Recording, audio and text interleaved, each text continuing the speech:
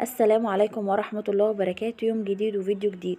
ارتفاع كبير في سعر الدولار في البنوك ليوم الأربع 6/3/2024.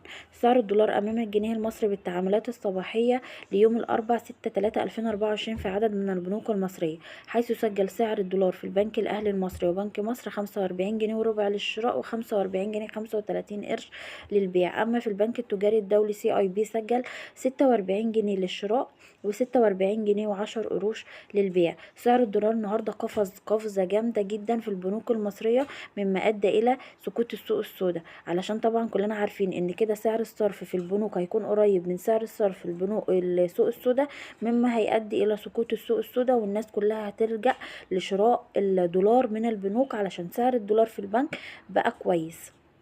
فالحكومة تحاول يكون سعر الصرف قريب من السوق السوداء. ده الفيديو بتاعنا النهاردة، وطبعا كل ساعة بحال هنشوف لحد آخر اليوم